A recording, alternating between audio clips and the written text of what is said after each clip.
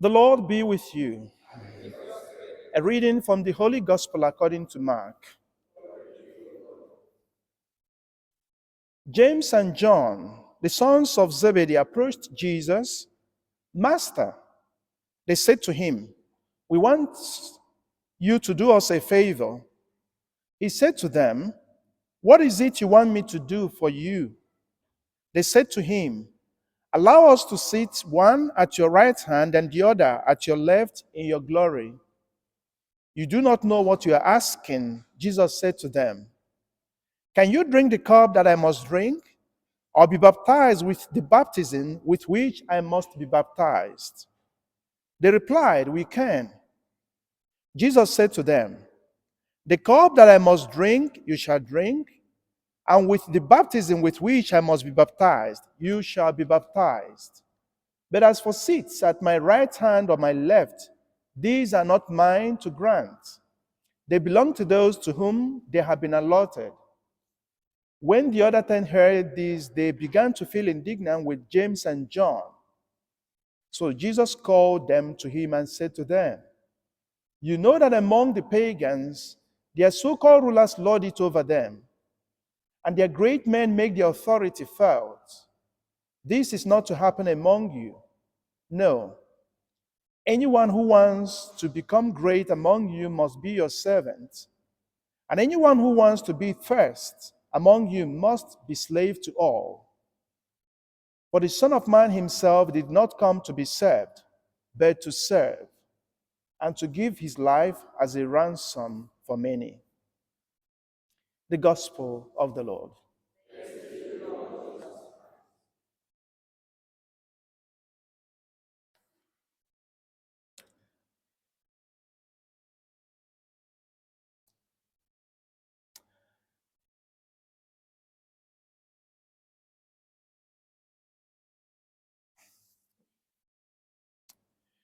Today, Jesus makes it clear to his disciples, whoever wants to be great among you must be your servant.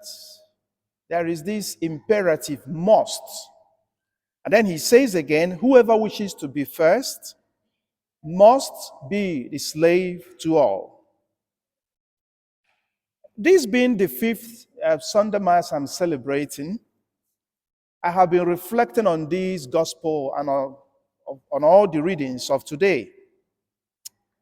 And I asked myself, there was a question that just occurred to me yesterday. I asked, what could have been the motivation for the request which these disciples made to Jesus? That's James and John. And you, what do you think? There was a motivation, of course.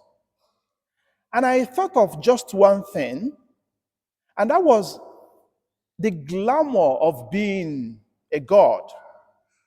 Because they had looked at Jesus, they saw all the miracles, all the prodigious acts that Jesus was making, and they say, okay, I think it would be something nice that if we can make this request, so that when this man gets retired, we can replace him and, be the head.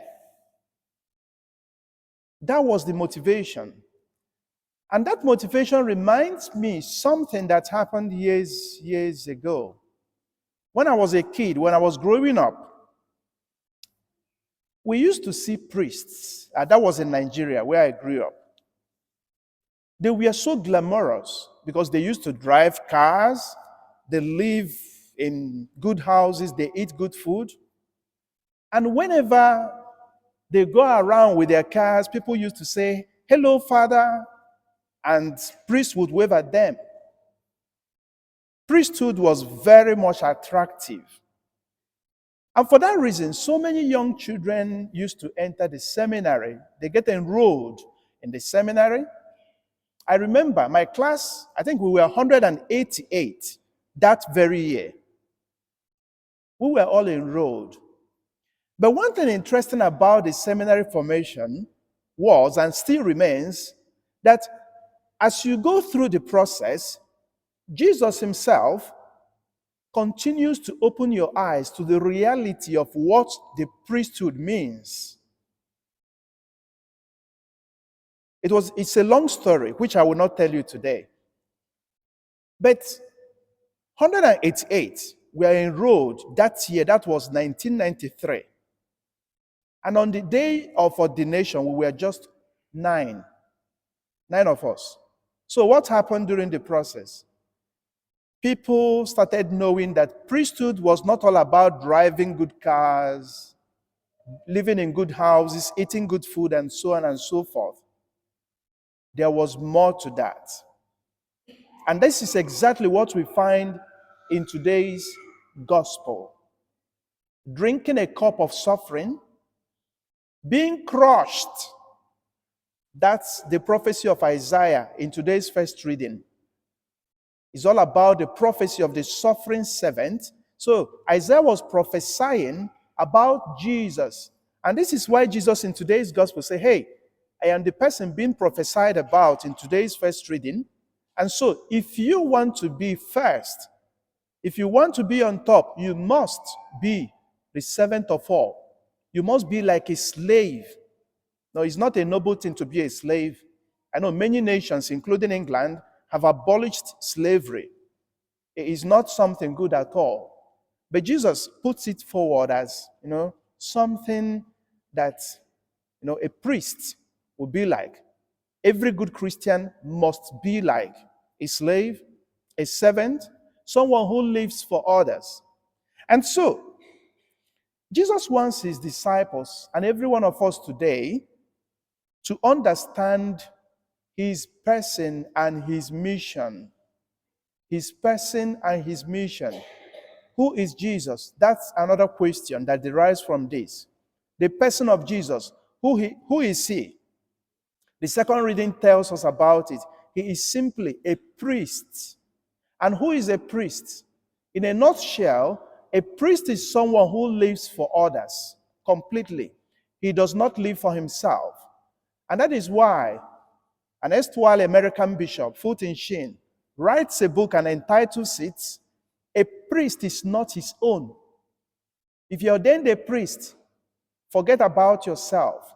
You live totally for others. Now, we must have to know that even though a priest lives for others, that's not why the reason maybe we'll have to snuff life out of him, knocking at the doors every time from morning till night. That's not what it means. But he offers himself for the good of others. And it also reminds me of a particular ritual I have seen a couple of times in some places around the world during ordination, whereby at a point during Mass, the parents of the person who is being ordained, they bring him to the altar and then hand him over to the bishop. And as the person is being handed over, he turns to his parents and waves at them. "It's all over. I'm no longer yours. I now belong to the church. I now belong to the people." And so, my dear friends, as a Christian, what do you think of yourself? Who should you be as a Christian? Sometimes a lot of people come to the church, they want to be one thing or the other, just to be recognized, to be a master through the back doors. When you see a priest or a bishop or even a pope, and people are waving at him, and he is riding on a donkey, he seems to live well, do you think he's a master or a servant? Jesus ends today's gospel by telling us, for the Son of Man comes not to be served, but to serve and to give his life as a ransom for many. And so this is a common vocation for every Christian, to be a servant of the other. And so while we live as Christians, we must have to ask ourselves always, what should I do to benefit my neighbor, my friend? What should I do to make him happy? What should I do to make him know that God still exists? That is the meaning of being a servant and a slave of another person. And so I leave you with these questions as I end today's reflection. Why am I following Jesus? Is it for any fringe benefit? Do I have any other agenda other than being at the service of the gospel? And the final question, am I willing to follow him in living and dying for others?